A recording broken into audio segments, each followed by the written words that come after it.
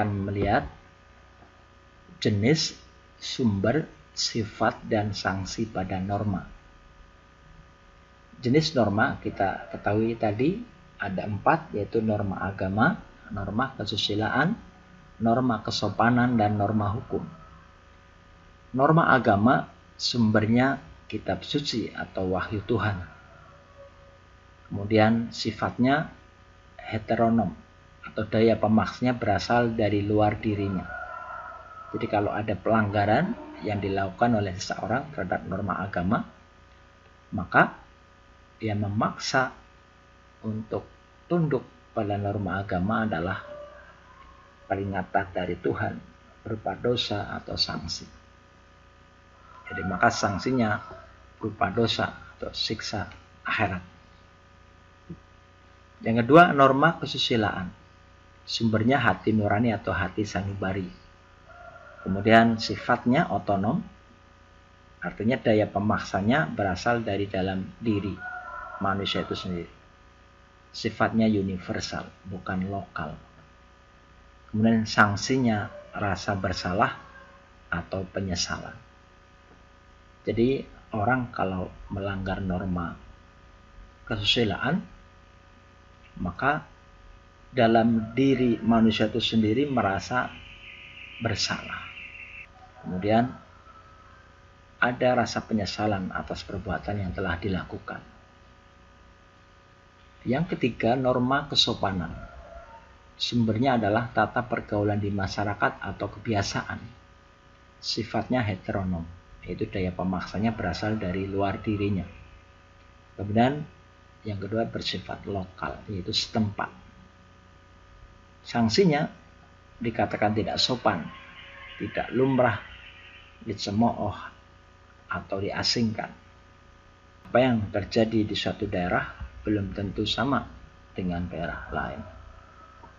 Ada pepatah, lain ladang, lain belalang, lain lupuk, lain ikannya.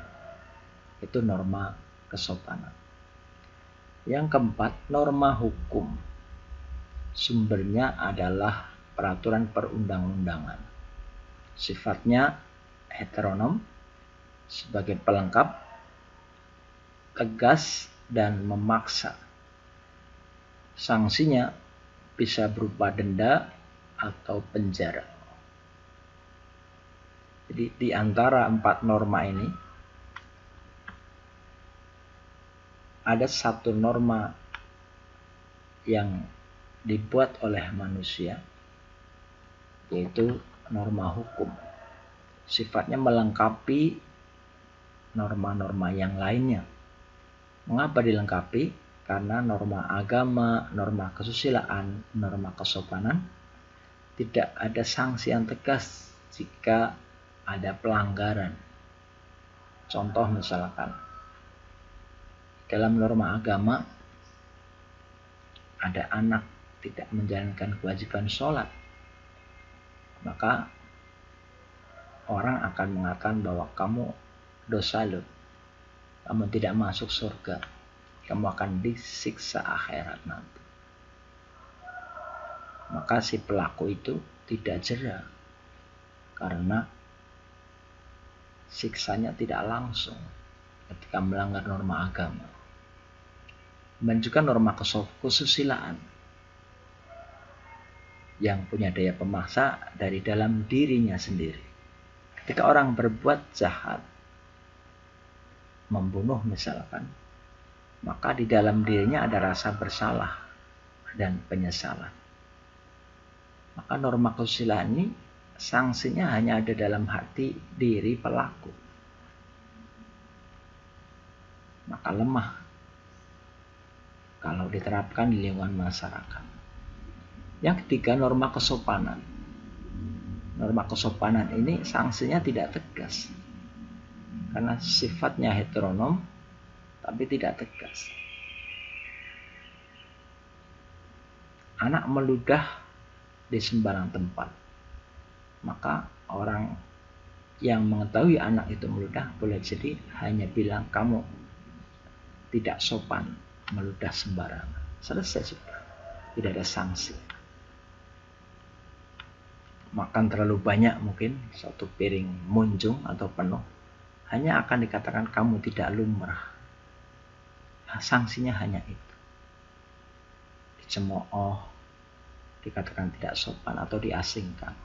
Nah, diperlukan norma yang bersifat memaksa, memiliki sanksi yang tegas dan nyata, yaitu norma hukum.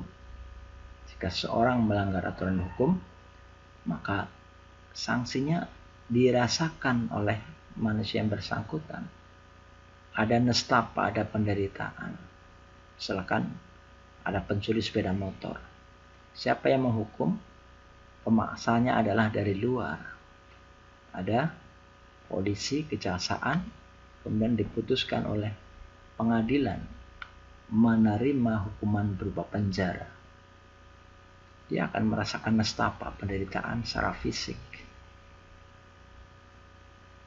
Maka itulah norma hukum sebagai pelengkap, tegas dan memaksa. Setiap orang yang melanggar akan dipaksa untuk mempertanggungjawabkan pelanggaran itu. Kita lanjutkan materi berikutnya, contoh norma. Kita lihat norma agama. Contohnya, dirikanlah sholat dan tunaikanlah zakat. Diwajibkan atas kamu berpuasa. Jangan kamu berkata cih atau ah kepada orang tuamu. Kemudian tuntutlah ilmu sampai akhir hayat. Kamu harus patuh pada orang tua. Ini contoh-contoh norma agama. Wujudnya perintah atau larangan atau ajaran-ajaran. Contoh perintah, dirikanlah sholat dan tunaikanlah zakat. Ini perintah. Diwajibkan atas kamu berpuasa. Ini perintah. Janganlah kamu berkata cih atau ah kepada orang tuamu. Ini larangan. Tuntutlah ilmu sampai akhir hayat. Ini apa? Perintah. Kamu harus patuh pada orang tua. Ini termasuk perintah dalam agama. Kemudian norma kesusilaan. Kamu harus berlaku jujur. Kamu harus berbuat baik terhadap sesama manusia. Kamu dilarang membunuh sesama manusia. Kamu tidak boleh mencuri milik orang lain. Ini norma kesusilaan. Baiklah, diteruskan contoh norma kesopanan. Sebenarnya banyak sekali contoh norma kesopanan. Saya ambil 3. Jangan makan sambil bicara.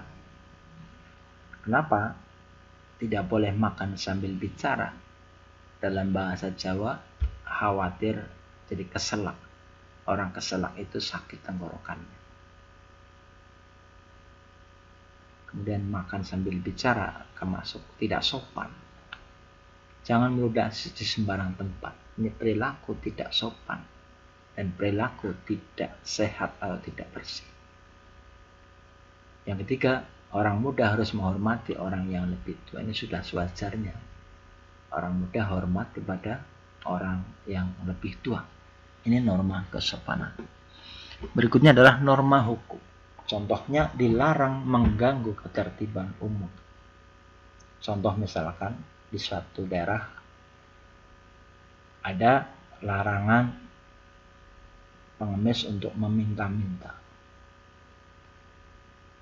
Kalau ketahuan oleh aparat daerah, maka pengemis itu akan diciduk. Dan yang mengasih, memberi kepada pengemis akan diproses secara hukum. Biasanya mendapatkan denda. Karena apa? Pengemis yang berada di jalanan umum akan mengganggu ketertiban umum. Yang kedua, barang siapa dengan sengaja menghilangkan nyawa orang lain, dihukum karena membunuh dengan hukuman setinggi-tingginya 15 tahun. Ini kalau terjadi pembunuhan, maka norma hukum akan memberikan rasa keadilan.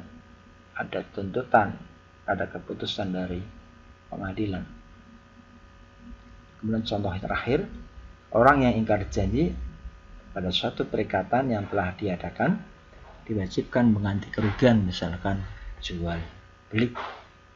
Jadi dalam perjanjian atau perikatan ada kata sepakat.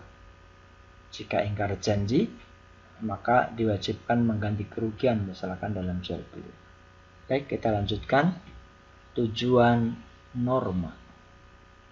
Yang pertama, mewujudkan ketertiban dan keamanan sehingga tercipta kehidupan masyarakat yang tentram dan damai.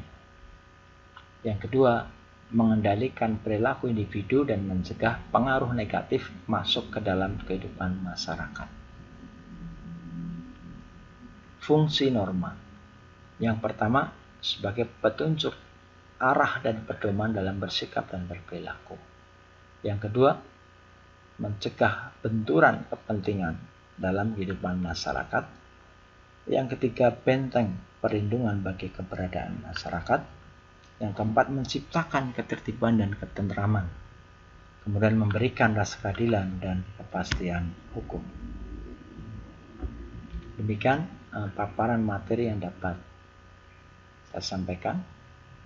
Selanjutnya kita akan coba untuk mengerjakan soal evaluasi. Bentuknya pilihan ganda, ada 10 nomor soal.